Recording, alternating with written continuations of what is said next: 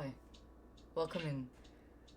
Today I'll be reading The Grapes of Wrath by John Steinbeck. I am kind of ambitious today, it's my day off, so I'm going to be reading approximately half this book, or at least attempting to do so. For those of you that are interested in the page count, it'll be about 230 pages. Please excuse the heavy breathing in the back. It's not a serial killer. So my dog is very loud, so I apologise. I'm going to be having lo-fi in the back as well, just to kind of add a little bit of ambiance to it.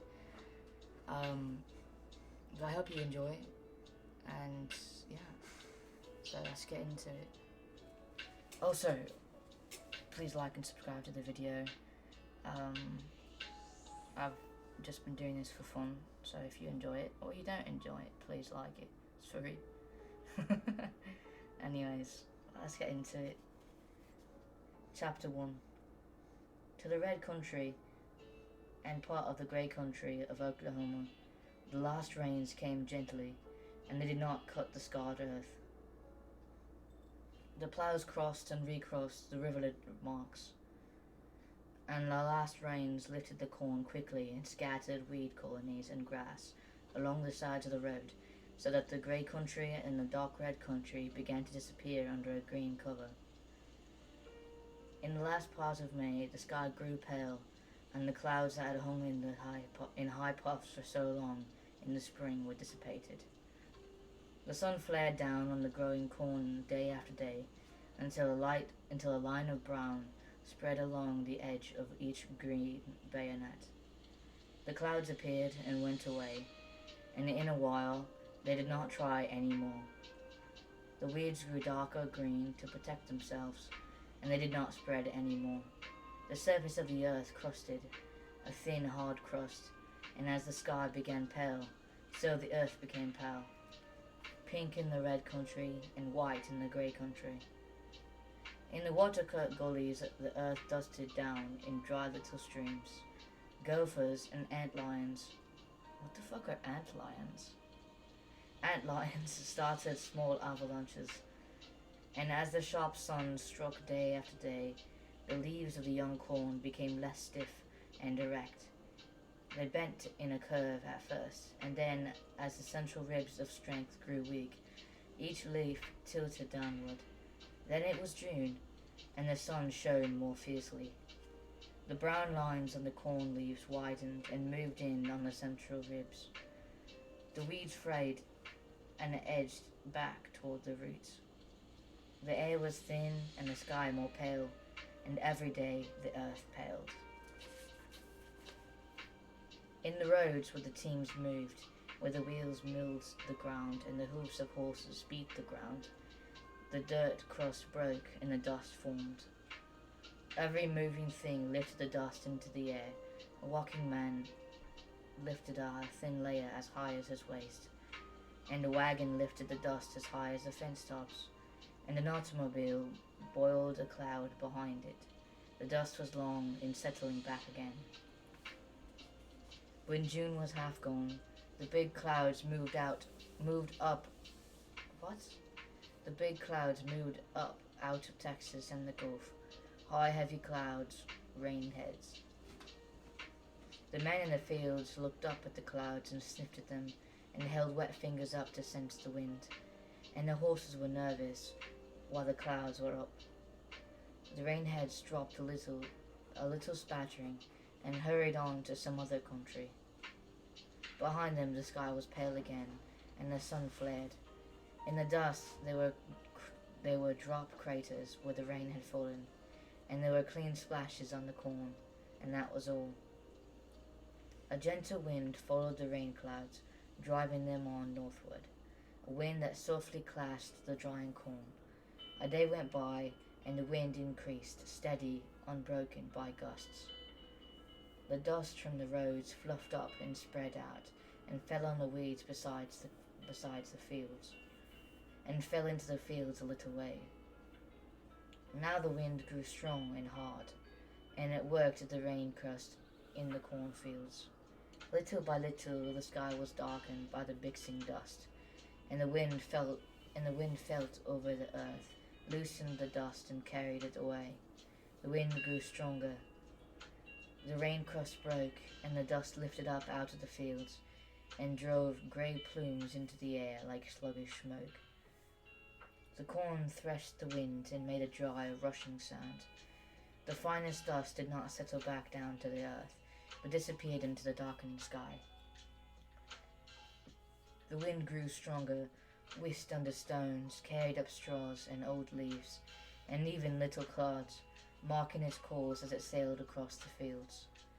The air in the sky darkened, and through them the sun shone readily, and there was a raw sting in the air.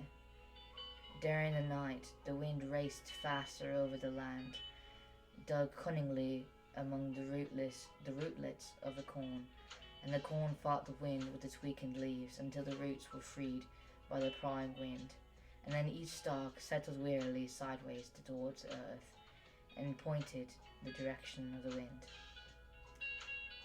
The dawn came, but no day. In the grey sky a red sun appeared, a dim red circle that gave a little light, like dusk.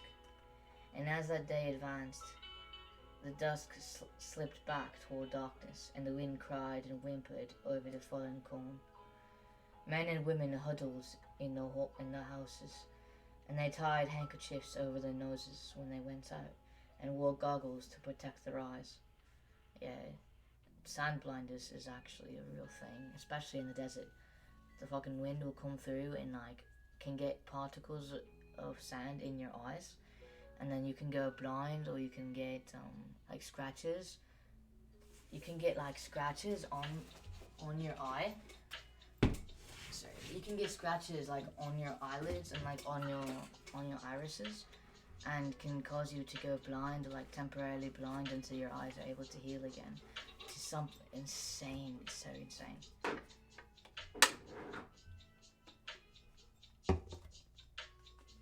Anyways, let's continue. When the night came again, it was black night, for the stars could not pierce the dust to get down, and the window lights could not even spread beyond their own yards. Now the dust was evenly mixed with the air, an emotion of dust and air. I feel like this guy is just restating everything. This is supposed to be a Pulitzer Prize winning epic of the Great Depression. So, yeah, but this guy is literally repeating himself over and over again. Like this sentence, now the dust was evenly mixed with the air, an emotion of dust and air. That's literally saying the same thing over again, literally in the same sentence. How did this win a Pulitzer Prize? Fuck it. I'm not an author, how the fuck would I know? Houses were shut tight, and cloth wedged around the doors and windows, but the dust came in so thinly that it could not be seen in the air, and it settled like pollen on the chairs and tables, on the dishes. The people brushed it from their shoulders. Little lines of dust lay at the door sills. In the middle of the night, the wind passed on and left the land quiet. The dust-filled air muffled sound more completely than fog does. The people lying in their beds heard the wind stop. They awakened when the rushing wind was gone. They lay quietly and listened deep into the stillness. Then the roosters crowed, and their voices were muffled, and the people stirred restlessly in their beds and wanted the morning. They knew it would take a long time for the dust to settle out of the air. In the morning the dust hung like fog, and the sun was as red as ripe new blood. Honestly, blood is pretty black. You know, it's surprisingly black. Unless you have super thin blood, it's gonna be it's gonna be more red than, more black than red. Anyways, all day the dust shifted down from the sky, and the next day it sifted down. An even blanket covered the earth. It settled on the corn, piled up on the tops of the fence posts, piled up on the wires. It settled on roofs, blanketed the weeds and trees. I feel like we get it. We're 3 pages in and all we talked about is dust. The people came out of their houses and smelled the hot, stinging air and covered their noses from it. And the children came out of the houses, but they did not run or shout as they would have done after a rain. Men stood by the fences and looked at the ruined corn, drying fast now, only a little green showing through the film of dust. The men were silent, and they did not move often, and the women came out of the houses to stand beside the men, to feel whether this time the men would break.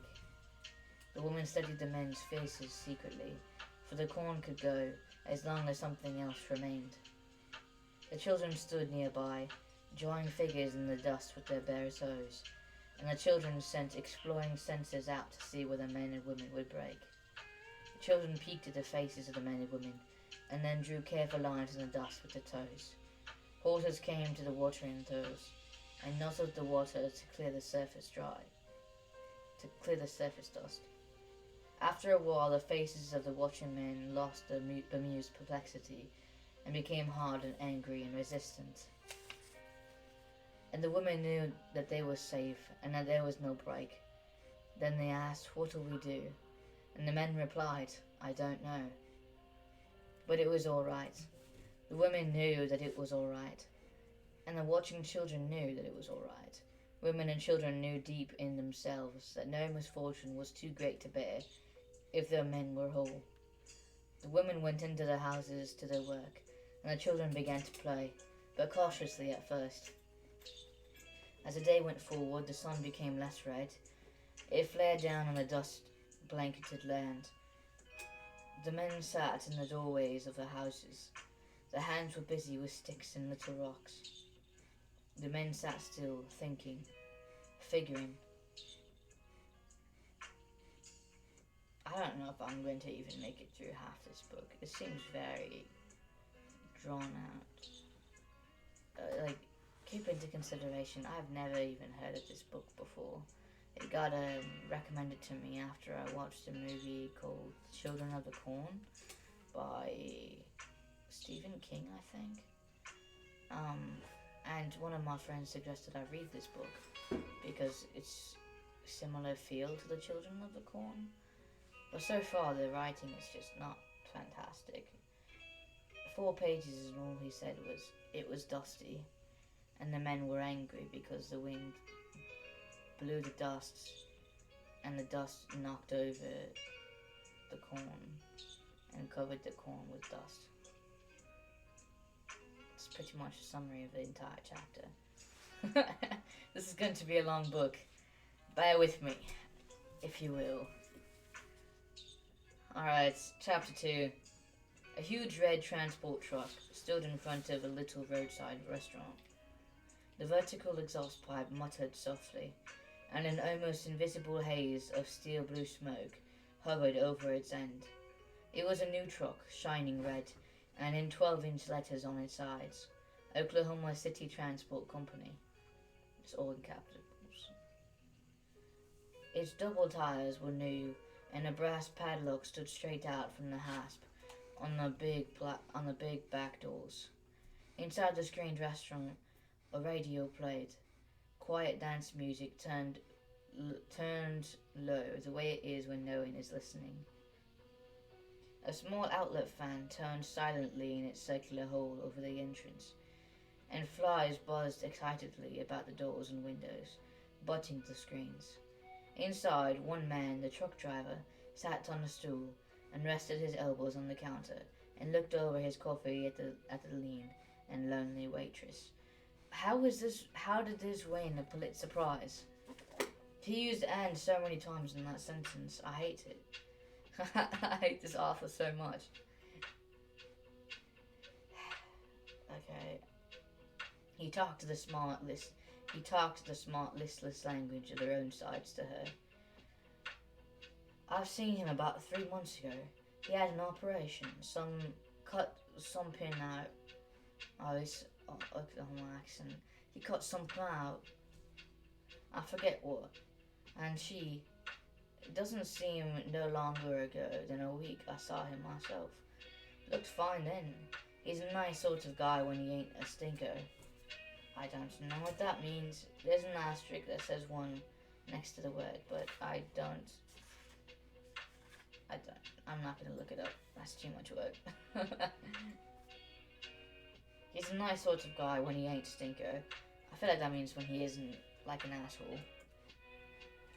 Now and then the flies rolled softly at the screen door. The coffee machine spurted steam, and the waitress, without looking, reached behind her and shut it off. Outside, a man walking along the edge of the highway crossed over and approached the truck. He walked slowly to the front of it, put his hands on the shiny fender, and looked at the "No Rider" sticker on the windshield. For a moment he was about to walk on down the road, but instead he sat on the running board on the side away from the restaurant. He was not over 30. His eyes were very dark brown, and there was a hint of brown pigment in his eyeballs. Isn't that what it means if your eyes are brown? His cheekbones were high and wide, and strong, deep lines cut down his cheek in curves beside his mouth. His upper lip was long, and since his teeth protruded, the lips stretched to cover them, for this man kept his lips closed. His hands were hard, with broad fingers and nails as thick and as ridged as little clamshells. The space between thumb and forefinger and the hams of his hands was shiny with callus. The man's clothes were new, all of them, cheap and new. His grey cap was so new that the visor was still stiff, and the button was still on, not shapeless and bulged as it would have been when it had served for a while all the various purposes of a cap, carrying sack, towel, handkerchief. His suit was of cheap grey hardcloth, and so new that there were creases in the trousers. His blue chambray shirt was stiff and smooth with filler. The coat was too big, the trousers too short, for he was a tall man. The coat shoulder peaks. What is the sentence even saying? The coat shoulder peaks hung down on his arms, and even then the sleeves were too short, and the front of the coat flapped loosely over his stomach. Damn, that was a hard sentence to say. Holy shit. He wore a pair of new tan shoes of a kind called army-last, hobnailed and with half circles like horseshoes to protect the edges of the heels from wear. This man sat on the running board and took off his cap and mopped his face with it. Then he put on the cap, and by pulling started the future ruin of the visor. This man just wiped his face with his baseball cap. That's so nasty. Why? Also, if he's wearing a suit, why the fuck is he wearing a baseball cap as well? That makes no sense. That's just like, it does not look good. Anyways, his feet caught his attention. He leaned down and loosened the shoelaces, but did not tie the ends again. Now that's a bad look. Over his head, the exhaust of the diesel engine whispered in quiet puffs of blue smoke. So this trucker, decided to leave his truck on while he went into the restaurant? I feel like that's like against the regulations.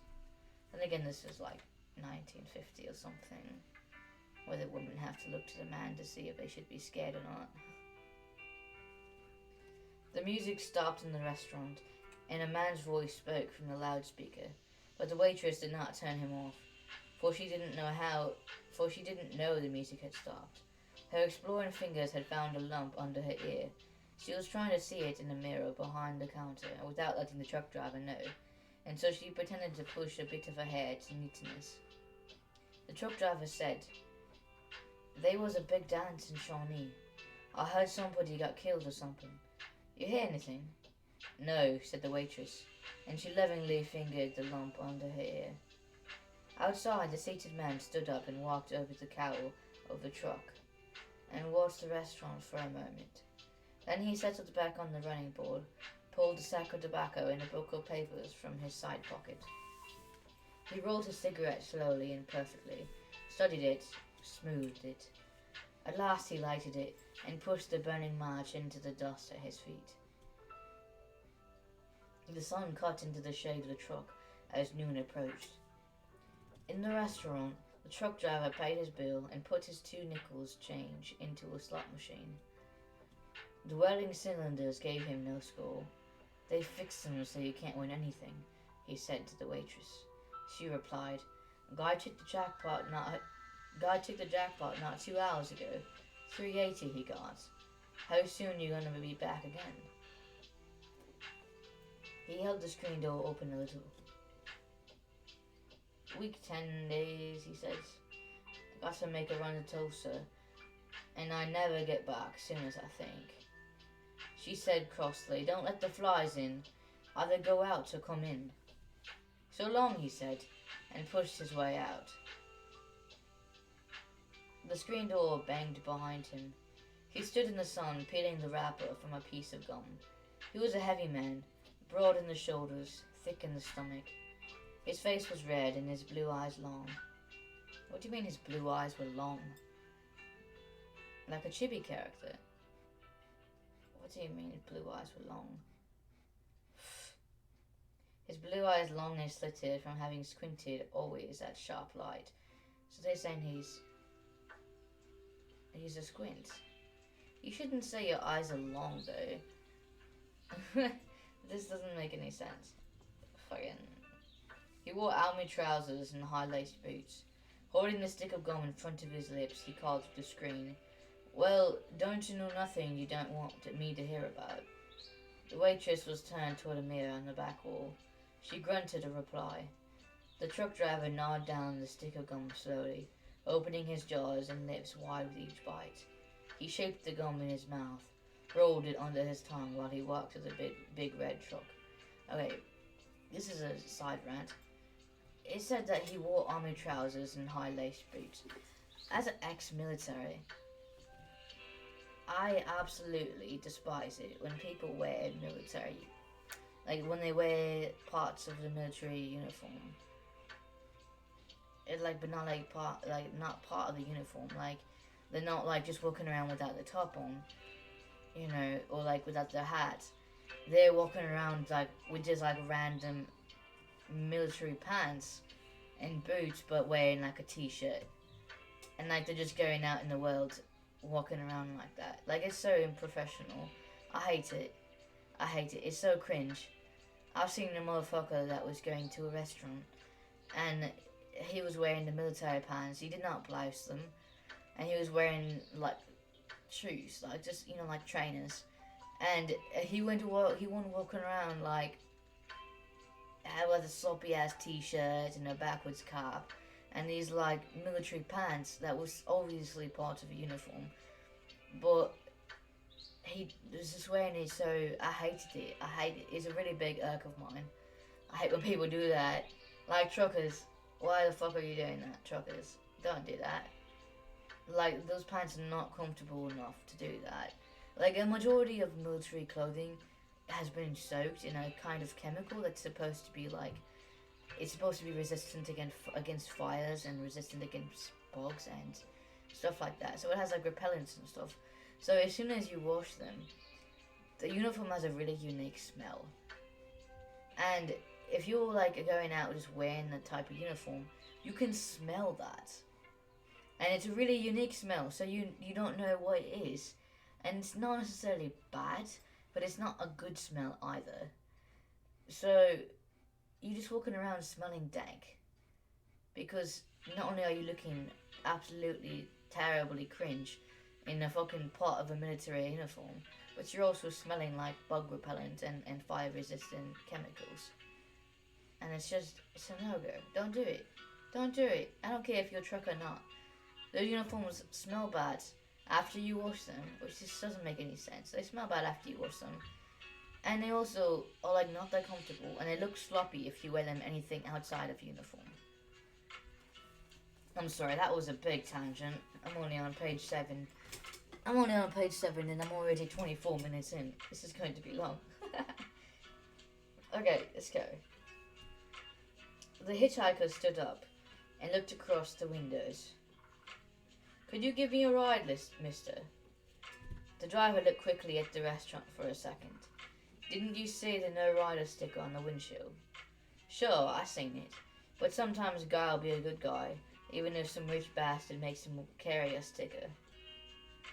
The driver, getting slowly into the truck, considered the parts of this answer. If he refused now, not only was he not a good guy, but he was also forced to carry a sticker, was not allowed to have company. If he took in the hitchhiker, he was automatically a good guy, but also he was not one whom any rich bastard could kick around. He knew he was being trapped, but he couldn't see a way out of it. He wanted to be a good guy. He glanced at the restaurant. "Scrunch down on the running board until we get around the bend," he said. The hitchhiker flopped down out of sight and clung to the door handle. The motor roared for a moment. The gears clicked in, and the great truck moved away, first gear, second gear, third gear, and then a high whining pickup in fourth gear. Under the clinging man, the highway blurred dizzily by. Well, are you telling me this man is just holding on to the side of the truck while this guy, the other driver, is roaring down the freeway? That's just, what the fuck? I'm pretty sure that's illegal. It was a mile to the first turn in the road. Then the truck slowed down. The hitchhiker stood up, eased the door open, and slipped into the seat. The driver looked over at him, slitting his eyes, and chewed as though thoughts and impressions were being sorted and arranged by his jaws, before they were finally filed away in his brain.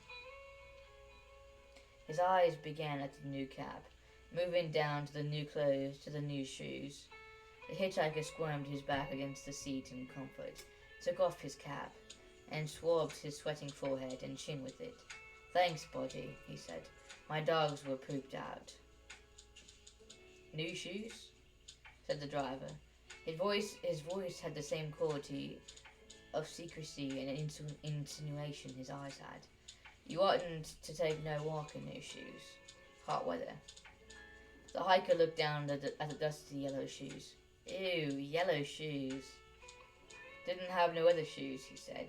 "The guy got to wear 'em if he got no others." I hate this accent. This slang.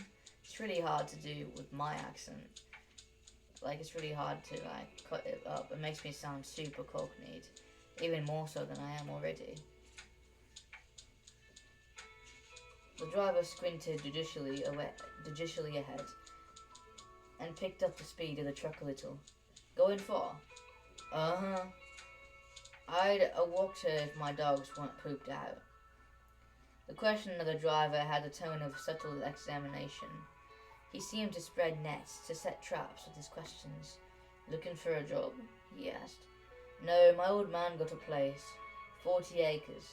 He's a cropper, but we've been there a long time."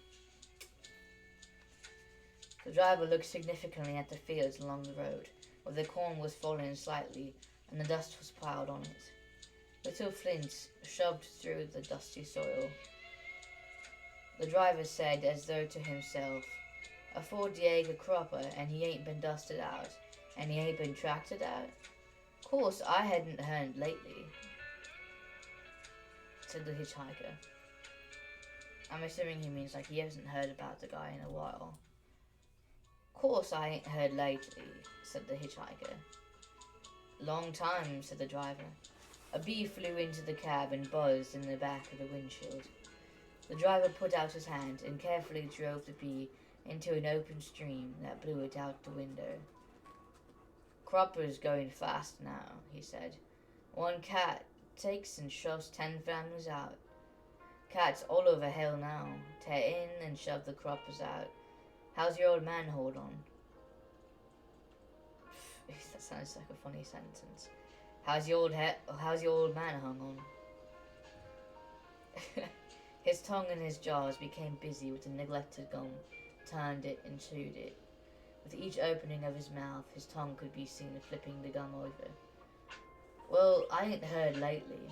I never was no hand to write, nor my old man either," he added quickly, "but the both of us can if we want."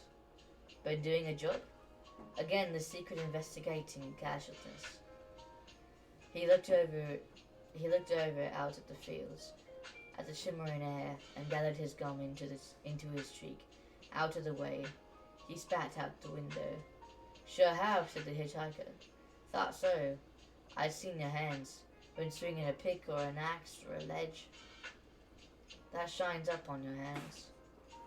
I notice all stuff like that. Take a pride in it.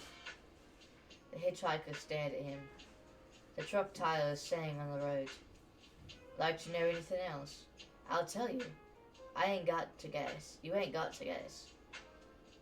Now don't get sore. I wasn't getting nosy. I'll tell you anything. I ain't hiding nothing. Now don't get sore. I just like to notice things. Makes the time pass. I'll tell you anything. Name's Jode. Tom Jode. Old man is Tom Jode. His eyes rested broodingly on the driver. Don't get sore. I didn't mean nothing. I don't mean nothing either, said Jode. I'm just trying to get along without shoving nobody around. He stopped and looked at the dry fields, at the starving tree clumps hanging uneasily in the heated distance. From his side pocket he brought out his tobacco and papers. He rolled his cigarette down between his knees, where the wind could not get caught at it. The driver chewed as rhythmically, as thoughtfully as a cow. He waited to let the whole emphasis of the preceding passage disappear and be forgotten.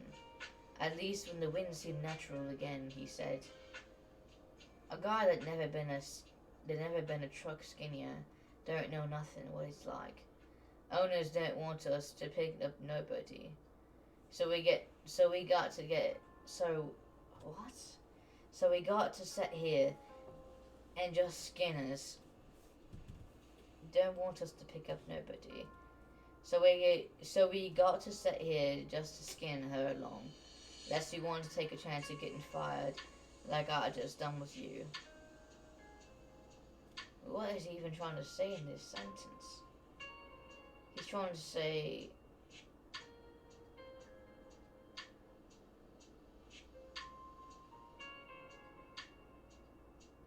So I guess he's trying to say people who aren't truck drivers don't know what it's like. Like if they pick up a hitchhiker, they could get fired from their job. And so he's just like explaining the situation to the hitchhiker, I guess. But if he's going to have a sticker, if the driver's going to have a sticker on his truck that says no passengers, obviously he probably knows. Like the hitchhiker probably knows, like, if he gets picked up from this truck driver, he could get the truck driver fired if he says anything. I don't fucking know. This is so hard to read. Also, I'm kind of high right now, and I'm drinking beer, so yeah. Okay. Appreciate it, said Jode. I've known guys that done screwy things while they're driving trucks. I remember a guy used to make up poetry. It passed the time. He looked over secretly to see whether Jode was interested or amazed. Jode was silent, looking into the distance ahead, along the road, along the white road that waved gently, like a groundswell. The driver went on at last. I remember a piece of poetry this here guy wrote down. It was about him and a couple other guys going all over the world drinking and raising hell and screwing around. I wish that I could remember how that piece went. This guy had words in it like that Jesus H. Christ. What the fuck is Jesus H. Christ? That Jesus H. Christ wouldn't know what they meant. Pot was like this. And there we spied a nigger. Oh. Should I read this? I mean, I already said it, I guess. I mean, like, okay, that's fantastic. But the spelling in this is ER, not A. So this is definitely... What the fuck? When was this even written? 1902. No, that's when he was born. Hold on.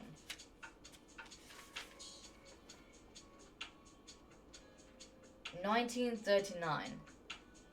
This was written in 1939. Okay, so that makes more sense, I guess. Damn. I mean, I already said it, so. And there we spied a nigger. with a trigger that was bigger than an elephant's proboscis, or the wing of a whale. Are they talking about the trunk of a whale? Weird. That proboscis is like nose-like. With an elephant, it's trunk. A guy showed me in a dictionary. Carried the dictionary all over hell with him. He'd look in it when he's pulled up getting his pie and enough coffee. Excuse me. He stopped, feeling lonely in the long speech. His secret eyes turned on his passenger. Jode remained silent. Nervously, the driver tried to force him into participation. Ever know a guy that said big words like that? Preacher, said Jode. Well, it makes you mad to hear a guy use big words. 'Cause, of course, with a preacher, it's alright because nobody would fool around with the preacher anymore. But this guy was funny. You didn't give a damn when he said a big word, 'cause he just done it for the ducks. He wasn't putting up no dog. The driver was reassured. He knew at least that Jode was listening. He swung the great truck viciously around a bend, and the tires shrilled. Like I was saying, he continued, a guy that drives a truck does screwy things.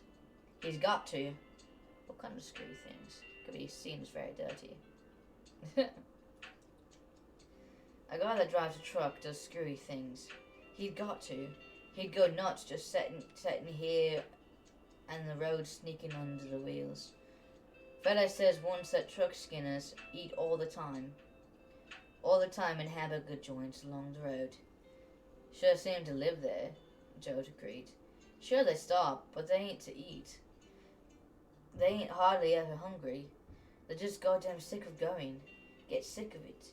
Joint's the only place you can pull up, and when you stop you got to buy something, so you can sling the bowl with the broad behind the counter. So you can get a cup of coffee and a piece of pie. Gives a guy a kind of rest. He chewed his gum slowly and turned it with his tongue. Must be tough, said Joe with no emphasis. Okay, with this, I will have to agree. Like, not with the truck driving, truck drivers bound to get bored. Nowadays we have music and podcasts and audiobooks. So at least you're not, completely in the silentness, Back in the day, 1939, they probably didn't even have radio. Granted, I was born in 2001, so I don't really know much about it. But they probably didn't really have, radio that played music like that, that would keep you occupied. Back in Oklahoma is in the center of the Bible Belt in the United States. So, Oklahoma, Texas, and all those areas in that area, Arkansas, they're all going to be, sermons on the radio, if they were to have a radio back in the day. So that's not really something, if you're not biblical, you wouldn't really want to hear that for fucking 20 hours at a time. Well, what I was going back to what I was saying about you'd be going to restaurants and shit, even though you're not really hungry, because you want companionship, because you've been on the road for so long and shit like that. So with me, I'd have to agree with that. I just moved to Oklahoma, actually, ironically. I just moved to Oklahoma, and I live in Tulsa. And, it is so boring out here. Everybody knows everybody. So if you're, a newcomer, especially with somebody with, a strong accent like myself, that's not really American, they're going to kind of ostracize you almost, just because you're not part of the community. You weren't born there, you don't have family there, stuff like that. So, as a newcomer coming into that situation, I don't know the area, people don't know me. So, me, as a bougie white person, I go into Starbucks every day. Not necessarily because I love the taste of coffee, or their overpriced cheese platters, but I go in there because I get to talk to somebody. At my job I work at a hospice center, so I don't really talk to anybody. There's not really any conversations that happen. I go into work, it's quiet. I might get on an online game and play on that, so there's some conversation. But I have a really high voice, so most people just assume that I'm a female, And people, as gamers, they get really weird about female gamers. So they're like, oh, you sound like a girl, we're gonna treat you like a female gamer, and then they're kind of mean, you know. So I understand what this guy is talking about, like just going into one place even though you're not hungry, or the thing is overpriced. You just go in and you buy something just so that you can have a conversation with somebody, you know. And I understand that, you know. I understand that completely. Also, as a person that has a really hard time eating, like I have a hard time remembering to eat, or like by the time that I'm hungry for something, it's to the point where I'm so hungry that I get sick. Like I feel sick if I'm really hungry. So I don't want to eat. You know, I'm sure that there's some kind of diagnosis for that. My sister suggested I go to a nutritionist, somebody that or a naturalist or something like that, who will like explain why your body does what it does and why you're not eating correctly and shit. But for me personally, like I have a hard time remembering to eat. So if I go to the same place every day at the same time, as soon as I get off work, at least I know that I have eaten something that day, and not just be like, oh yeah, did I eat today? Well, I went to this place. I know I went to this place because I go there every day, so I know that I ate something at least that day. You know what I mean? Or maybe you did. I'm kind of weird, I guess. That's so cringe. Well, I'm not like other guys. I'm not like other guys. Like, yeah, I don't eat. I'm so weird. No, for real though, make sure that you eat. Have a good nutrition. Don't be like me. Okay, let's go back to the story. That was a very long side rant. And I am only 10 pages in. Goddamn, this book is... There's no way I'm going to finish this book. How about I read until I can't read anymore? And then we're just gonna go from there. I have this book. What does my receipt say?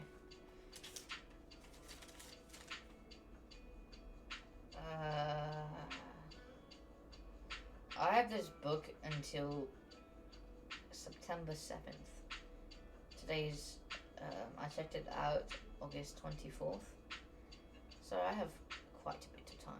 I'm not really worried. That's like a month. That's not. It's like 2 weeks. I have 2 weeks to read this book. There's no way I'm not going to finish it. Well, this book is very boring. So at least so far, it's really hard to read. Alright, let me just keep going. Okay. Truck driver just gave a speech about how boring the road is, how he goes to truck driving, how he goes to like hamburger joints even though he's not hungry, just so that he has somebody to talk to. And Joe says, sure seemed to live there. Joe agreed. Oh, okay. No, then he goes to Joe. My bad. Must be tough, said Joe with no emphasis. The driver glanced quickly at him, looking for satire.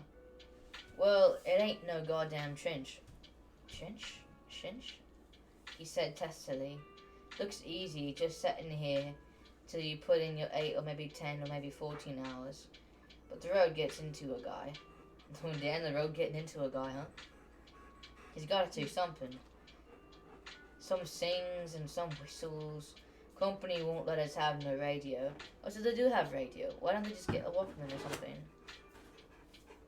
A few takes the pint along. But them kinda don't stick long, he said the last smugly. I don't ever take a drink till I'm through. Yeah? Said Joda asked. Yeah, a guy got to get ahead. Why, I'm thinking of taking one of them the correspondence courses. Mechanical engineering. It's easy. Just study a few easy lessons at home. I'm thinking of it. Then I won't have to drive no truck. Then I'll tell other guys to drive trucks. Joe took a pint of whiskey from his side coat pocket. Sure you won't have a snort? They called it a snort. To take a shot of whiskey. That's nasty. His voice was teasing. No, by God, I won't touch it. A guy can't drink liquor all the time and study like I'm going to. Smart guy. I appreciate it. Joe uncorked the bottle, took 2 quick swallows, recorked it, and put it back into his pocket. The spicy hot smell of the whiskey filled the cab. You're all wound up, said Jode. What's the matter? You gotta go? Well, sure. But I want to get ahead anyways. I've been training my mind for hell for a long time. The whiskey seemed to loosen Jode up. He rolled another cigarette and lighted it. I ain't got a hell of a lot I ain't got a hell of a lot further to go, he said. The driver went on quickly. I don't need no shot, he said. I train my mind all the time. I took a course in that 2 years ago. He patted the steering wheel with his right hand. Suppose I pass a guy on the road. I look at him, and after I'm trying, and fuck, this sentence is so hard. I really apologize. I really apologize for everybody that's listening to this audiobook. I am so bad at reading, and these people have accents. Like in Oklahoma, everybody has an accent as well, but I don't have to replicate it. In this, the sentences are like, I have to replicate it or else the sentence doesn't make any sense. But as an Australian, it doesn't make any sense to begin with. I hate it. I really actually hate it. Okay. Suppose I pass a guy on the road. I look at him, and after I pass, I try to remember everything about him, kind of clothes and shoes and hat, and how he walked, and maybe how tall and what weight and any scars. I do it pretty good. I can just make a whole picture in my head. Sometimes I think I have to take a course to be a fingerprint expert. You'd be surprised how much a guy can remember. What does a fingerprint expert have to do with it? I'm just saying fingerprints. I was talking about like a sketch artist. Joe took a quick drink from the flask. He dragged the last smoke from his ravening cigarette, and then, with a callous thumb and forefinger, crushed it out the glowing end. He rubbed the butt into a pulp and put it out the window, letting the breeze suck it from his fingers. The big tires sang a high note on the pavement. Joe's dark, quiet eyes became amused as he stared along the road. The driver waited and glanced uneasily over. At last, Joe's long upper lip grinned up from his teeth, and he chuckled silently. His chest jerked with the chuckles. You sure took a hell of a long time to get to it, buddy. The driver did not look over. Get to what? How do you mean? Joe's lips stretched tight over his long teeth for a moment, and he licked his lips like a dog. 2 licks, one in each direction from the middle. Oh, that's nasty. I hate people who lick their lips like that. That's nasty. His voice became harsh. You know what I mean. You give me a going over when I first got in. I seen you. The driver looked straight ahead, gripped the wheel so tightly that the pads of his palms budged, and the backs of his hands paled. Joe continued. You know where I come from. The driver was silent. Don't you? Joe insisted. Well, sure, that is, maybe, but it ain't none of my business. I mind my own yard. It ain't nothing to me. The words tumbled out now. I don't stick my nose into nobody's business. And suddenly he was silent and waiting, and his hands were still white on the wheel. A grasshopper flipped through the window and lighted on top of the instrument panel, where it sat, and it began to scrape its wings along its angled jumping legs. Jode reached forward and crushed its hard shell-like head with his fingers, and he let it be into the windstream out the window. Jode chuckled again, while he brushed the bits of broken insect from his fingers. You got me wrong, mister, he said. I ain't keeping quiet about it. Sure, I've been in McAllister. Been there for 4 years. Sure, these is the clothes they give me when I come out. They don't give a damn who know it. And I'm going to my old man's place so I don't have to lie to get a job. The driver said, well, that ain't none of my business. I ain't a nosy guy. The hell you ain't, said Jode. That big old nosy has been sticking out 8 miles ahead of your face. I like that. That big old nosy has been sticking out 8 miles ahead of your face. You had that big nose going over me like a sheep in a vegetable patch. The driver's face tightened. You got me all wrong, he began weakly. Joe laughed weakly. Joe laughed at him. You've been a good guy. You've given me a lift.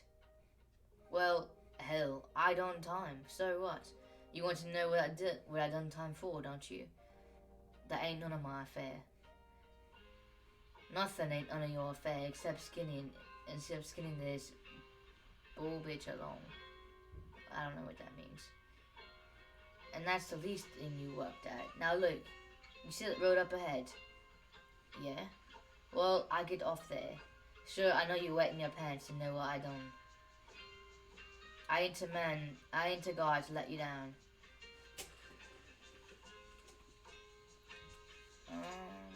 The high hum of the motor dulled, and the song of the tires dropped in pitch. Joe got out his pint and took another short drink. The truck drifted to a stop, where a dirt road opened and at right angles to the highway. Joe got out and stood beside the cab window. The vertical exhaust pipe puttered up its barely visible blue smoke. Joe leaned towards the driver. Homicide, he said quickly. That's a big word. It means I killed a guy. 7 years. I'm sprung up in full for keeping my nose clean. The driver's eyes slipped over Joe's face to memorize it. I never asked you nothing about it, he said. I mind my own yard. You can tell about it in every joint from here to Texola. He smiled. So long, fella. You've been a good guy. But look, when you've been in a stir for a while, you can smell a good question coming from hell to breakfast. You telegraphed yours the first time you opened your trap. He spattered the metal door with the palm of his hand. Oh, he whacked it. Okay. Thanks for the lift, he said. So long. He turned away and walked into the dirt road. For a moment, the driver stared after him, and then called, "Lock!" Judd waved his hand without looking around. Then the motor roared up, and the gears clicked, and the great red truck rolled heavily away. I'm in chapter 3. Hey, I hate to do this to you, but there's no fucking way I'm making it halfway through this book. I am going to read until chapter 5. Yeah. Okay, yeah. I was supposed to make it chapter 19. But that's not happening today. It's not happening. This book is making me, it's so dull. It's drilling into my mind. I hate it. I hate it. Not even the intrigue of murder can withdraw me into this book. Ugh. Okay. Oh, I hate that I'm going on in this book. It's not the book's fault. It's the author. The author did it. The pages smell like weed. They don't even smell like real books. And before you ask, no, it's not my weed. I do edibles. Because edibles are better for me. Also, I don't have a medical license in Oklahoma because they require me to get a permit here, and I'm not going to do that because it's outrageous. Who ever thought about having a medical license to smoke weed? Mind you, I'm coming from California. I lived in California before this, and then Portland, Oregon before this, before California. So I'm not used to having a medical license to smoke weed. So before you ask, it's not my weed. I do edibles. It's not traceable. Well, smell-wise, at least. Anyways, I'm going to read until the beginning of chapter 5. You know, like the title open for chapter 5, and then I'm going to be done for today when it comes to this. I can't read. This book is just dragging on. I know this is the beginning, and a lot of books are slow in the beginning, but... I've been recording for 54 minutes. And I'm only in chapter 3. I hate my life already. I'm so impatient. I'm sorry. Alright, let's continue. Chapter 3. The concrete highway was edged with a map of tangled, broken, dry grass, and the grass heads were heavy with oat beards to catch on a dog's coat. and foxtails to tangle in the horse's fetlocks, and clover butts to fasten in cheek's wool. Sleeping life waiting to be spread and dispersed, every seed armed with the appliance of dispersal, twisting darts and parachutes for the wind, little spears and balls of tiny thorns, and all waiting for animals and for the wind, for a man's trouser cuff or the hem of a woman's skirt, all passive but armed with the appliances of activity still, but each possessed with the onlage of movement. The sun lay out on the grass and warmed it, and in the shade under the grass the insects moved, ants and ant lions, to set traps for them. Hasn't he referenced this before? Ants and ant lions? Whatever. Grasshoppers to jump into the air and flit their yellow wings for a second. So bugs, like little armadillos, plopping restlessly on many tender feet.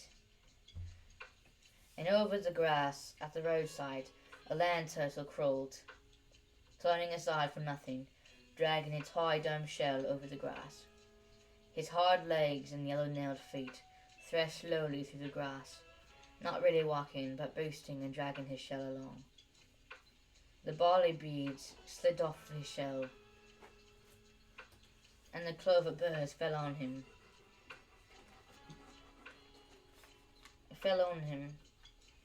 and rolled to the ground. His horny beak was partly open, and his fierce, humorous eyes on the brows like fingernails.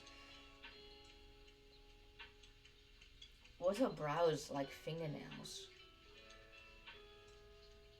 Fuck it. Stared straight ahead. He came over the grass, leaving a beaten trail behind him, and the hill, which was the highway embankment, reared up ahead of him.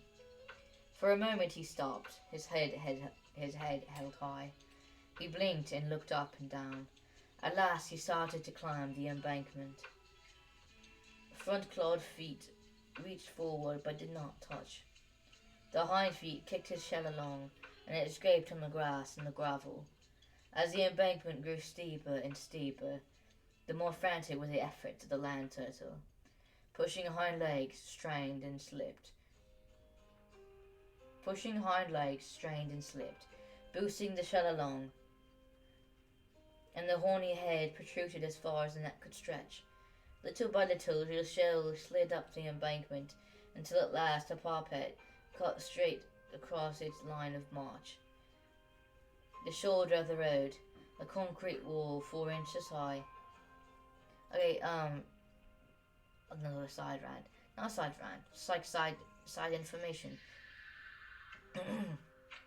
You know that in California, especially in the area that I was in, turtles, like land turtles, were considered like an endangered species, and any sort of damage or like touching the turtle like with your hands, like had a massive fine, and you could actually go to jail for like 3 years or something for it, for like touching a turtle even.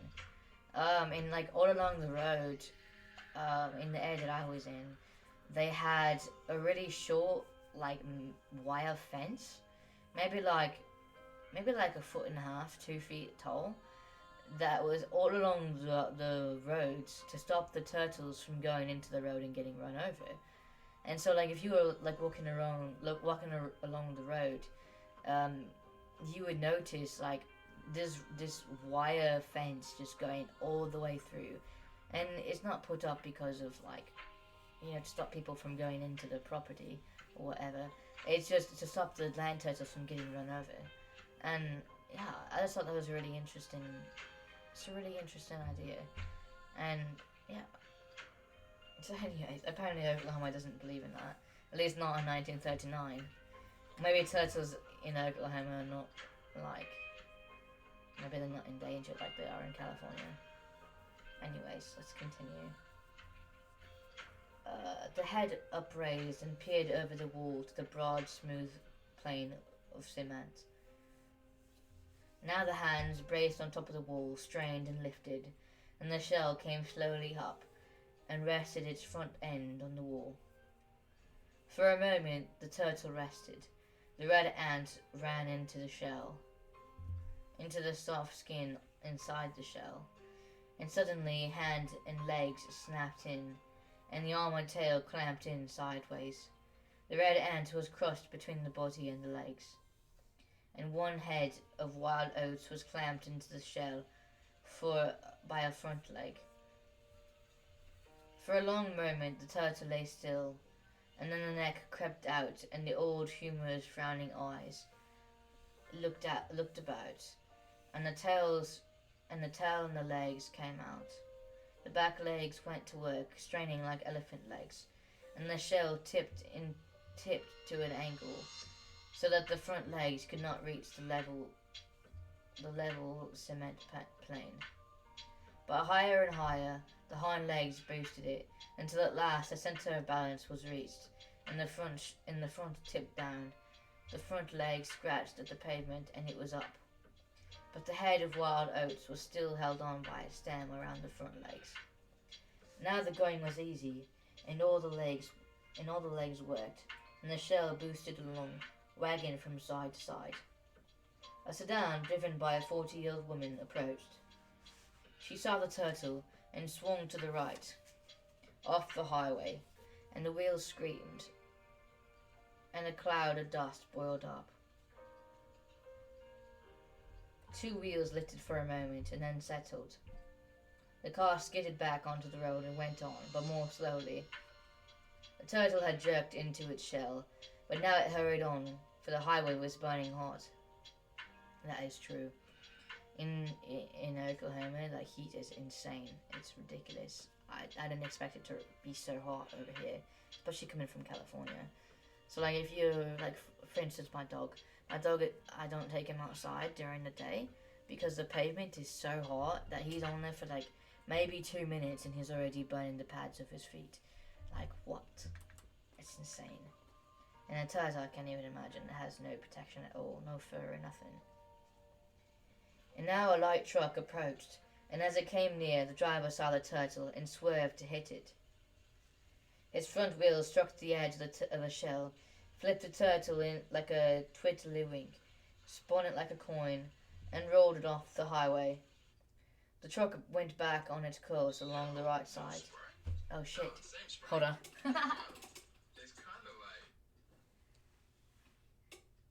Sorry. I guess there's ad breaks in this lo-fi. I did not know that. The more you know, I guess. Ad breaks and everything. That's fantastic. I'm so sorry about that.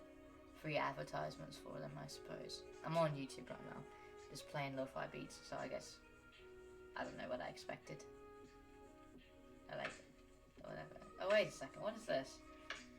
I'm on this channel called Lo-Fi Girl. If you like lo-fi beats, definitely I suggest it. But they sell a lo-fi survival kit, a backpack, 2 notebooks, and a bookmark collection for 120 pounds. 120 pounds for a backpack and a couple of notebooks. What? Who the fuck would buy that? Lo-fi hardcore fans, I suppose. Oh my god. I'm sorry. I'm sorry. That was like very off. I didn't realize that there were commercials. So yeah. Let's get back to it. Okay. First of all, this truck driver is an absolute asshole. Why would you run over a live animal for no fucking reason? And they're going out of your way to run over a live animal for no apparent reason.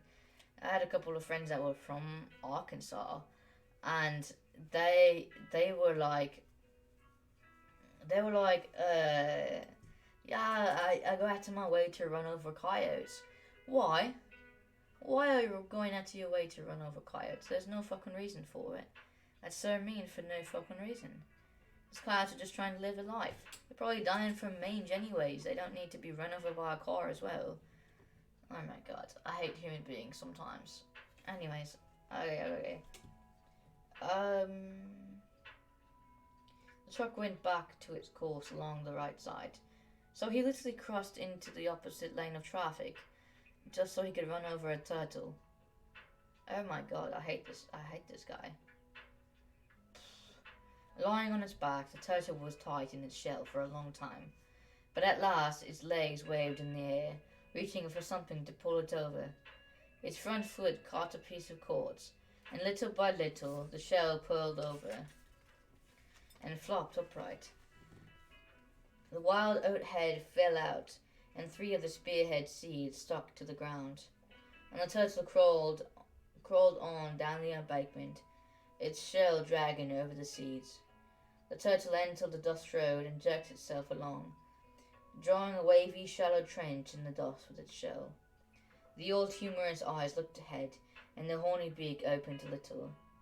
His yellow toenails slipped a fraction in the dust. Okay, that's the end of the chapter. What the fuck does this have to do with anything? What does this have to do with anything? I literally read a whole chapter. I mean, it's like 2 pages. About 2 pages long. About a turtle. Why? What even is this book? I was expecting murder. Give me murder. Where is the guy that committed to a bunch of homicides? What? Oh, here we go. Chapter 4 is about Jode, the homicide committer, which it could be interesting. But like, oh my god, why did we have a whole chapter, a whole 2 pages dedicated to a turtle getting run over by a car? Why? This turtle better come back as Chekhov's come at the end of the book and like just slaughter the truck driver. There's absolutely no purpose other than to show that the truck driver is a fucking dick. And the turtle is apparently on its way down the dusty road that this homicide person went on. Oh, how did this make money? Ugh. Okay, whatever. Oh, what's up, baby? Yeah, my dog is so loud. Shoo, the fuzzy ass. Goddamn. Okay. Bah. Chapter 4. When Jode heard the truck get underway, gear climbing up to gear, and the ground throbbing under the rubber beating of the tires, he stopped and turned about and watched it until it disappeared. When it was out of sight, he still watched the distance and the blue air shimmer. Thoughtfully, he took the pint from his pocket, unscrewed the metal cap. I thought it had a cork. Does it have a cork or a cap? It can't have both. And sipped the whiskey delicately, running his tongue along the inside of the bottleneck, and then around his lips, to gather in any flavor that might have escaped him. He said experimentally, "There we spied a nigger," and that was all he could remember. At last he turned about and faced the dusty side road that cut off at right angles through the fields. The sun was hot, and no wind stirred the sifted dust. The road was cut into furrows where the dust had slid and settled back into the wheel tracks. Jode took a few steps, and the flour-like dust spurted up in front of his new yellow shoes, and the yellowness was disappearing under grey dust. I absolutely despise yellow shoes.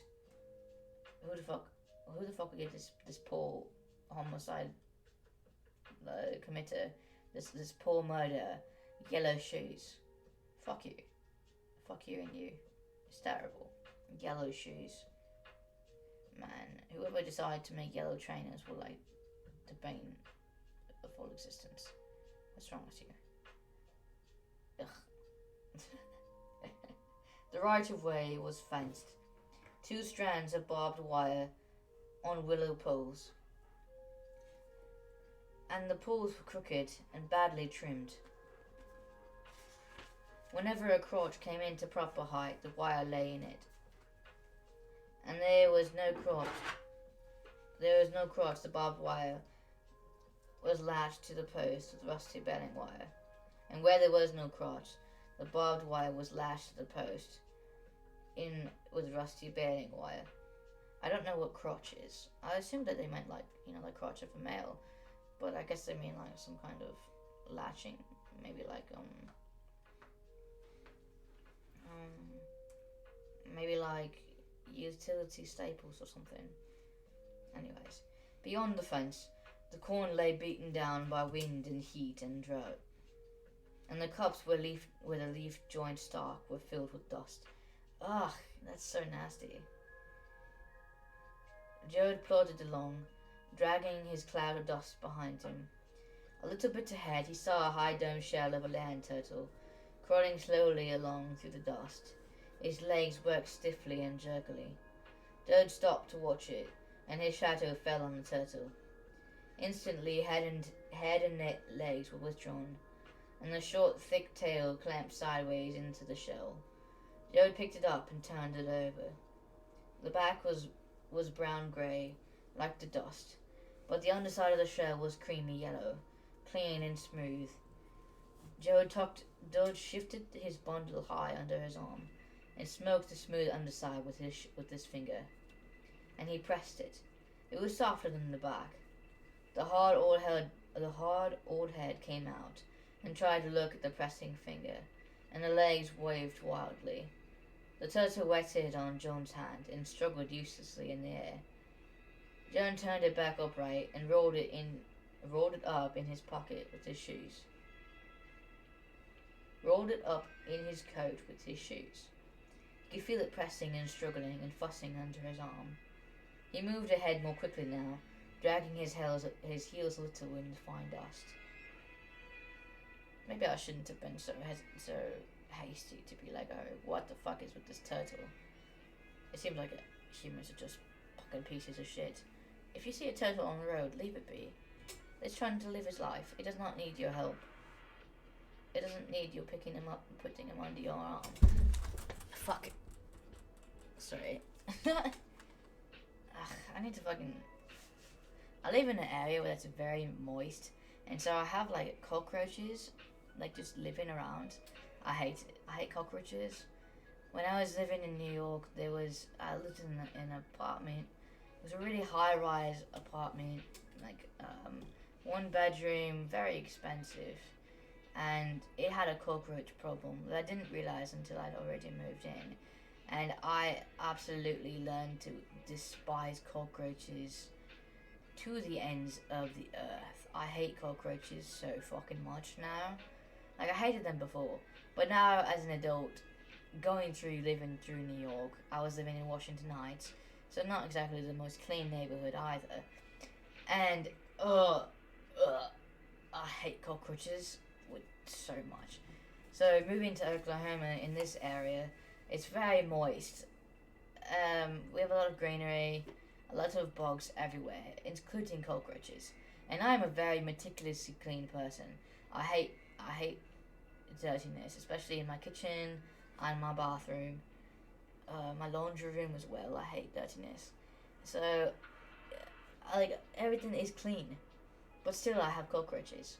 I don't leave food out. I put it away. I keep everything sealed when it's in my fridge. But still, I have cockroaches. Either it's because of my area or because of my upstairs neighbor. I don't know. Regardless. Ugh. Ugh. Ugh. Oh, it's so nasty. Ugh. Alright. I'm sorry. Let me continue. Again, what I was saying.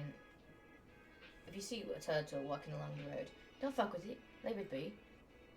Leave it fucking be. It has nothing to do with you. It's just trying to live its life. It does not need to be picking up. If it starts wetting on you, you know that's just, it's like, what the fuck? It's like a baby. Don't just randomly pick up a child that's not yours. Ugh. Fucking humans. Ahead of him, beside the road, a scrawny, dusty willow tree cast a speckled shade. Joan could see it ahead of him, its poor branches curving over the way, its load of leaves tattered and scraggly as a molting chicken. Joan was sweating now, His blue shirt darkened down his back and under his arms. He pulled at the visor of his cap and creased it in the middle, breaking its cardboard lining so completely that it could never look brand new again. And his steps took a new speed, intense toward the shade of the distant willow tree. At the willow, he knew that there would be shade, at least one hard bar of absolute shade thrown by the trunk, since the sun had passed its zenith. Damn, voice crack. The sun whipped the back of his neck now, and made a little humming in his head. Ugh, I know that feeling. He could not see the base of the tree, for it grew out of a little swale that held water longer than the level places. Jode, fuck, I keep saying Joan. Jode speeded his pace against the sun and started down the declivity. He slowed cautiously, for the bar of absolute shade was taken. A man sat on the road, leaning heavily against the trunk of the tree. His legs were crossed, and one bare foot extended nearly as high as his head. He did not hear Jode approaching, for he was whistling solemnly the tune of "Yes, Sir, That's My Baby." His extended foot swung slowly up and down to the tempo. It was not dance tempo. He stopped whistling and sang in an easy, thin tenor. "Yes, sir, that's my Saviour. Jesus is my Saviour. Jesus is my Saviour now. On the level, it's not the devil. Jesus is my Saviour now." I don't know the song, so I'm not going to sing it. I don't know the tempo or anything. Joan had stopped into the imperfect shade of the molten leaves before the man heard him coming, stopped his song and turned his head.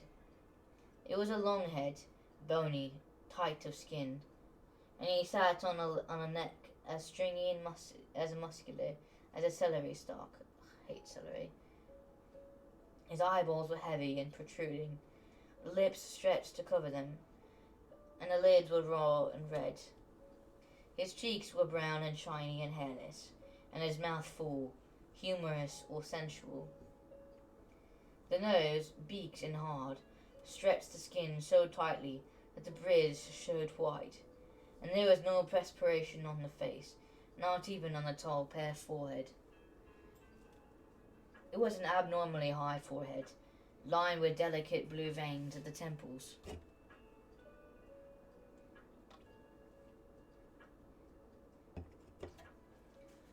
Fully half of the face was above the eyes. His stiff grey hair was mussed back from his brow, as though he had combed it back with his fingers. For clothes he wore overalls and a blue shirt, a denim coat with brass buttons, and a spotted brown hat, creased like a porcupine. Creased like a pork pie, lay on the ground beside. Don't put your hat on the ground. Don't do that. The ground is dusty, as we've definitely established in the past 4 chapters. Don't put your hat on the ground. Ugh. Canvas sneakers, grey with dust, lay near where they had fallen when they were kicked off. I love canvas sneakers. I wear Converse trainers all the time. It's like my go-to shoe. Ah, so cool. The man looked long at Jode. The light seemed to go far into his brown eyes, and he picked out little golden specks deep into the irises. The strained bundle of neck muscles stuck out. Jode stood still in the speckled shade. He took off his cap and mopped his wet face with it, and dropped it and rolled his rolled coat on the ground. The man in the absolute shade uncrossed his legs and dug with his toes at the earth. Jode said, "Hi, it's hotter than hell on the road." The seated man stared questioningly at him. "Now ain't you young Tom Jode's old Tom's boy?" That's a really complicated sentence. "Yeah," said Jode, "all the way. Going home now. You wouldn't remember me, I guess," the man said. He smiled, and his full lips revealed great horse teeth. Oh no, you wouldn't remember. You were always too busy pulling little girls' pigtails when I give you the Holy Spirit. Spirit? He spelled spirit. Sperit. That's some old slang if I ever heard it. You was all roped up in yanking that pigtail out by the roots. Maybe you don't recollect, but I do. The two of you would come to Jesus at once because of that pigtail yanking. Baptized both of you in the irrigation ditch at once, fighting and yelling like a couple of cats. Jared looked at him with drooped eyes, and then he laughed. Why, you're the preacher. You're the preacher. I just passed a recollection about you to a guy not an hour ago. I was a preacher, said the man seriously. Reverend Jim Cassie was the burning busher. I hate burning bushes. It's so terrible. If you don't know, so like burning bushes are kind of like they're parts of like the like you know like when the great fuck what's it called? When like everybody was running around on horses, going around trying to get people to convert. When that shit was going down, they started this tradition called the burning bush, and a lot of reverends and pastors and shit, they picked it up, and basically the philosophy is, they would light something like a bush initially. They would have the sermons outside, and they would have this bush and they would light it, and they would be like, look into the flames of this burning bush, and this is what hell will be like for you. And before the sermon, this is just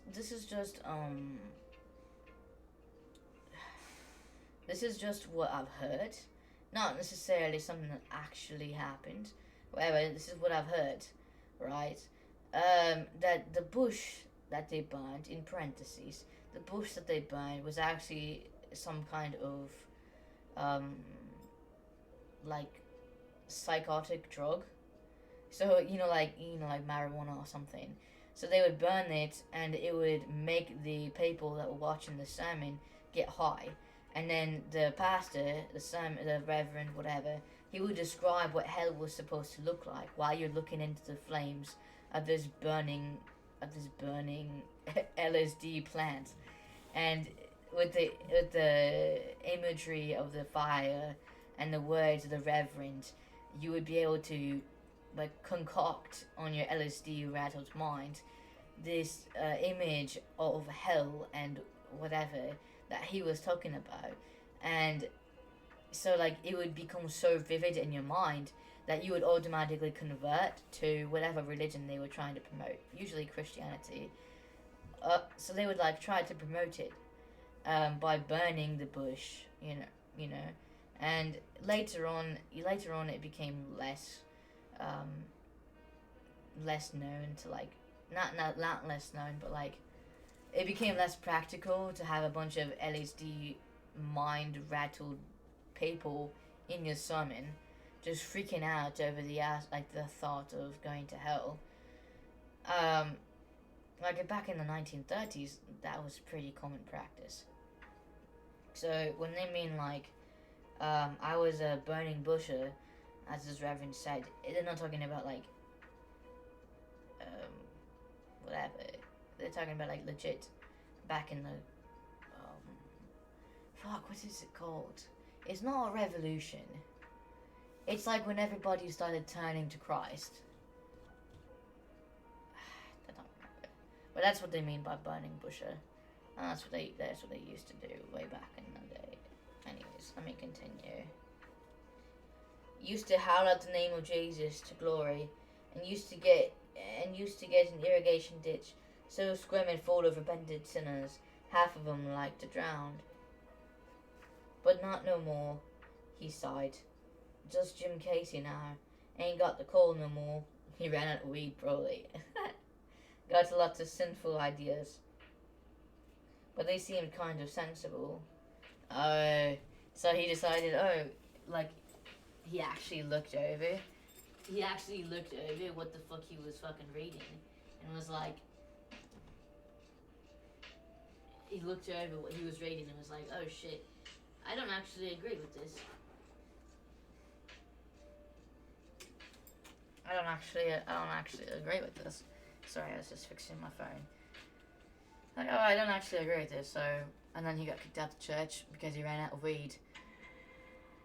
So...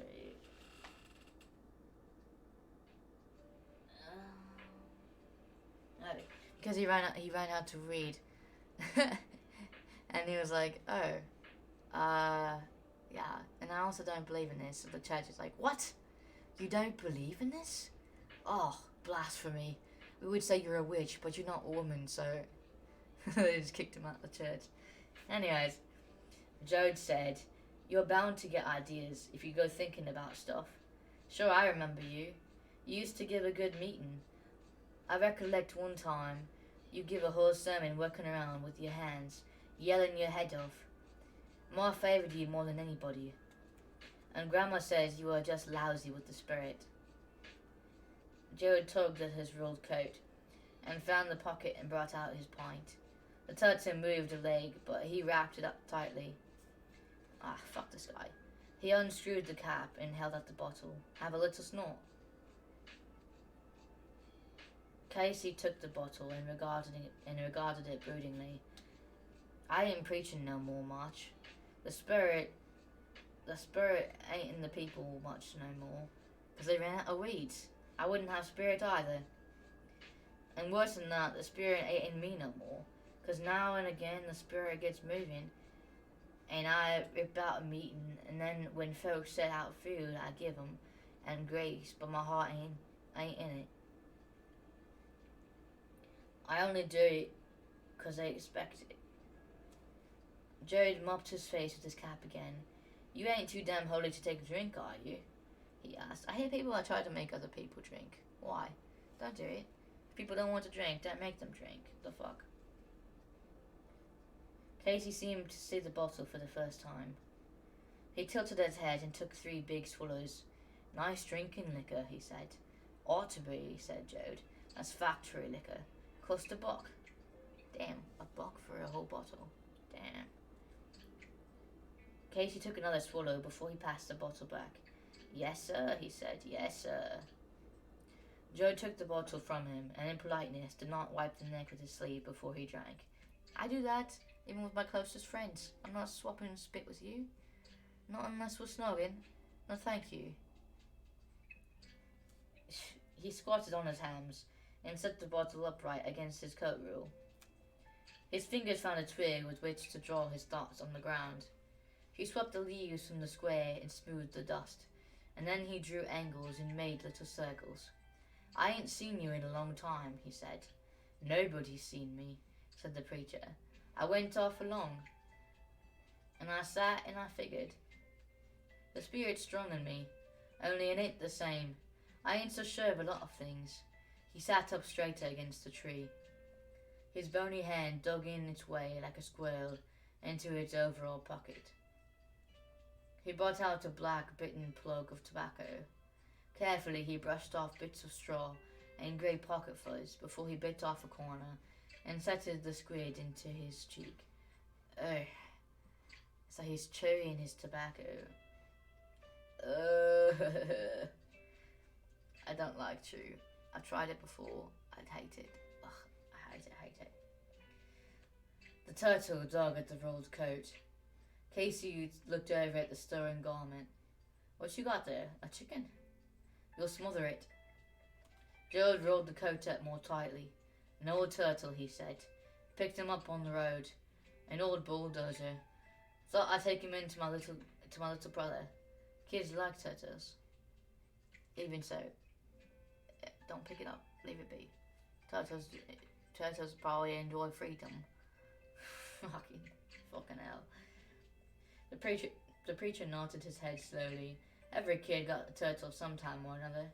I never had a turtle. I didn't want a turtle. I wanted to leave him be. The fuck? Nobody can't keep a turtle though. They work at it, and at last one day they get out and they get away, off doing somewheres. It's like me. I wouldn't take the good old gospel that I was just laying there in my own hand. I got to be picking at it and working at it until I got it all torn down.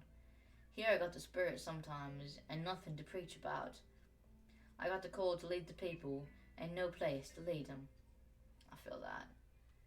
Leading them around and around, said Jode, slinging them in the irrigation ditch. Tell them they'll burn in hell if they don't think like you. What the hell you want to lead them someplace for? Just lead them. The straight trunk shade had stretched out along the ground. It's a confusing sentence. Jode moved gracefully into it and squatted on his hams. He's already on his hams.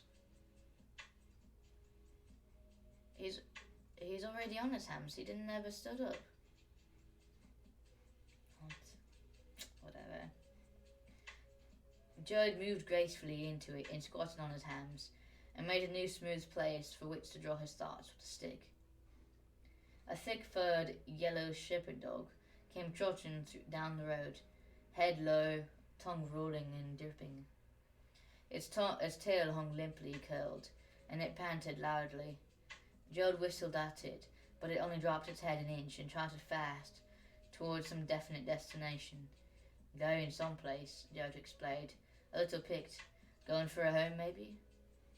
The preacher could not be thrown from his subject. Going someplace, he repeated. That's right. He's going someplace. Me, and I don't know where I'm going. Tell you what, I used to get people jumping and talking in tongues and glory shouting until they just fell out and passed out. That's because they were high. They were all high. You can't convince me otherwise. And some I baptized to bring them to. And then, you know what I'd do? I'd take one of them girls out to the grass and I'd lay with her. Ew, in the grass? You know how many bugs are in the grass? Well, you're gonna get some shit up your ass. Nasty. Done it every time. And then I'd feel bad and I'd pray and pray. But it didn't have to do no good. Come the next time, then in me was just full of the spirit and I'd do it again. I figured that there was just no hope for me and I was a damn hypocrite. But I didn't mean to be. Actually, I have a story for this. So, my uncle apparently used to be a preacher. He went to school for it, got his degree in it. I didn't even know that was a thing, that you could get a degree in pastoral services. But, so he got his degree in it, he became a pastor at a church, and I believe it was in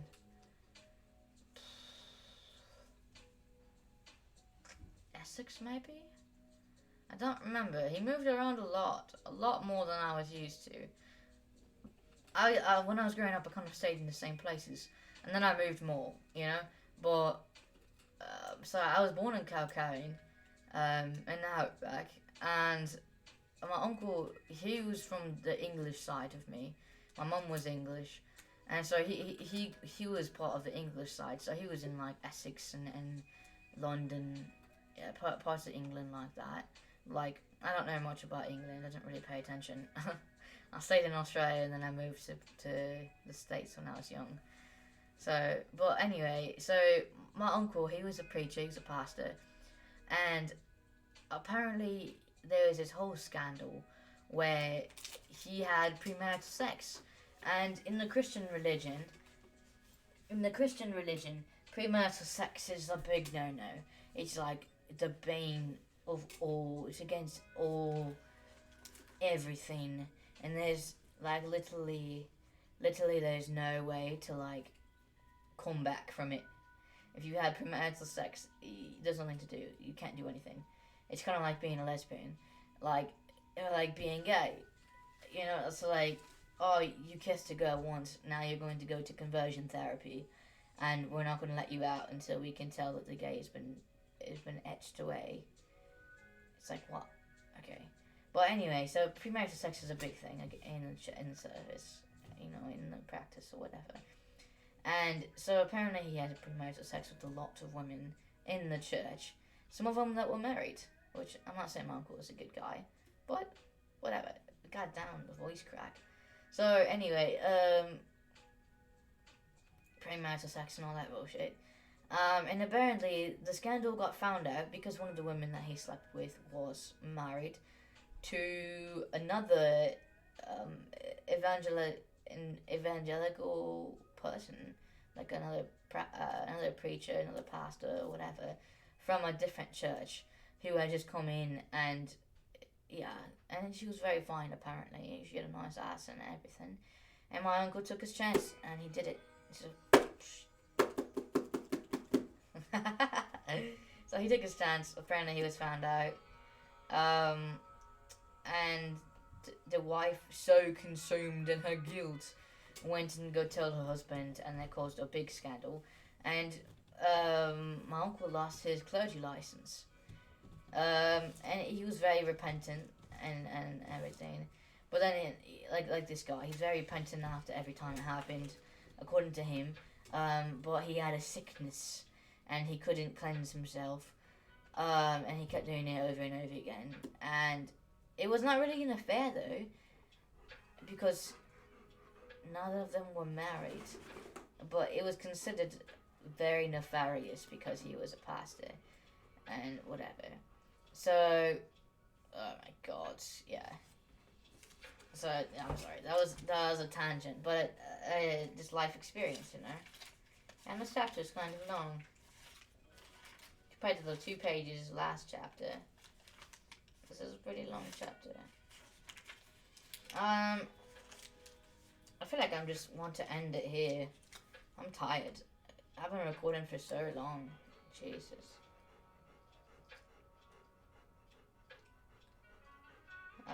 Okay.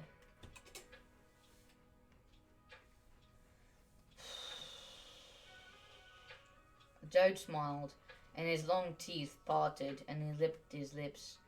There ain't nothing like having a good heart meeting for pushing them over, he said.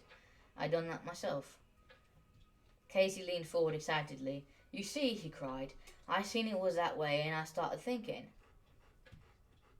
He waved his bony, big-knuckled hand up and down in a patting gesture, of course. And I got to thinking like this. Here's me preaching grace, and here's them people getting grace, so they're hard, they're jumping and shouting. Now they're laying up with the girl. Now they're saying laying up with the girl comes from the devil. Damn, I heard that before. And the more grace a girl got in her, the quicker she wants to go out in the grass. And I got to thinking, how in hell, excuse me, can the devil get in when a girl is so full of the Holy Spirit that it's spouting out of her nose and ears? I know what else is coming out of her mouth. You'd think that it would be one time with the devil who didn't stand a snowball's chance in hell, but there it is. His eyes were shining with excitement. He worked his cheeks for a moment, and then spat into the dust. And the glob of spit rolled over and over, picked up dust until it looked like a round, dry little pellet. The preacher spread out his hand and looked at his palm as though he were reading a book. And there's me, he went on softly. There's me with all them people's soul in my hand, responsible and feeling my responsibility, and every time I lay with one of them girls. He looked over at Jode, and his face looked helpless. His expression asked for help. Alright. I'm gonna end it right there. Just gonna end it right there. So, yeah, that's the middle. That's so stupid. I'm literally in the middle of chapter 4. It's so long. It kind of reminds me of reading, like The Silence of the Lambs. It reminds me of reading Silence of the Lambs, where I know for a fact that the story is interesting, but the book is so drawn out, and they kind of repeat themselves. It's written in older language, so it's harder to understand, and I hate it. I absolutely hate it. Like, the story will be the greatest thing I ever read, or like the greatest ideas I've ever read, but the writing style doesn't draw me in like other books, and I just hate it, you know? I just hate it. Anyways, so that was the Grapes of Wrath. So far, grapes have not been mentioned at all. So there's that. I never even read the synopsis. Okay, hold on, let me just read the synopsis after 4 chapters. Okay. At once naturalistic epic, captive. What? At once naturalistic epic, captivity narrative, road novel, dental gossip, and dental gospel. Damn, I should not read this. It's hard to read. Steinbeck's The Grapes of Wrath is perhaps one of the most American of American classics. So there's a sticker over the words. So,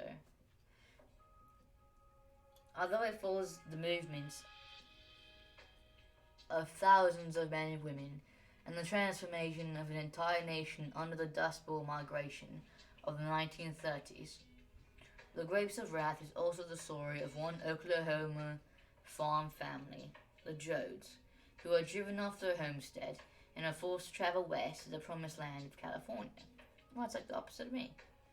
From their trials and their repeated coalitions against the hard realities of this new America, Steinbeck creates a drama that is intensely human, yet majestic in its scale and moral vision.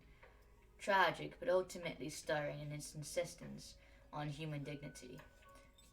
Okay, let me just let this out. Off rip! I hate this. I hate it so much. I don't want to read this book.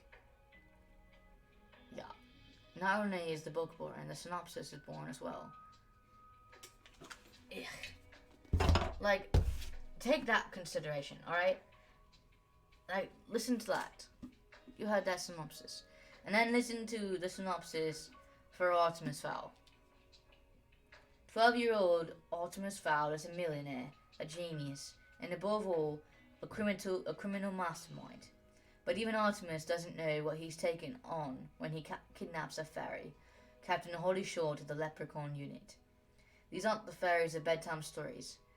These fairies are armed and dangerous. Artemis thinks that he has them right where he wants them, but then they stop nothing. But then they stop playing by the rules. So you hear that synopsis, and then you hear The Grapes of Wrath. I don't like it. I don't like it at all.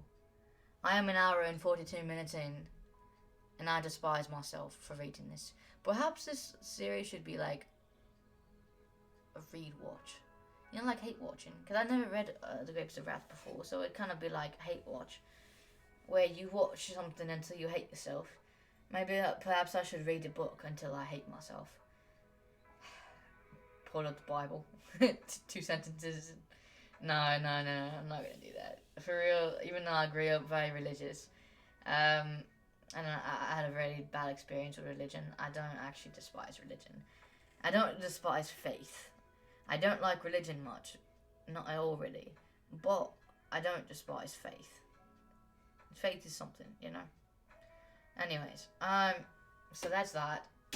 I hope you enjoyed. I know I messed up a lot. The slang in this book is very hard to read. This is probably... I'm going to upload this video, but I'm probably not going to upload the rest of the book. I'm not interested in reading this book at all. Yeah, so, no, it's not happening. I hope you have a fantastic Saturday, if it's Saturday for you, or just like a fantastic day just in general. Yeah, so, ugh. Yeah. I have no idea how to turn on comments for my videos. Because I feel like if people listen to this, they can give me recommendations for books that either will make me hate myself, or books that are interesting that I never read before. I have no idea how to turn on my comments, so I guess I'll watch a YouTube video and figure the fuck it out. But anyways, have a great day. I love y'all. Please like the video, please subscribe to the channel. Even if you hate it, smash that shit. And also, I have a joke for you. I read this article on Twitter, and it says, the caption is, I heard it once, and I will forever not stop calling it, when I read a book, spreading book cheeks.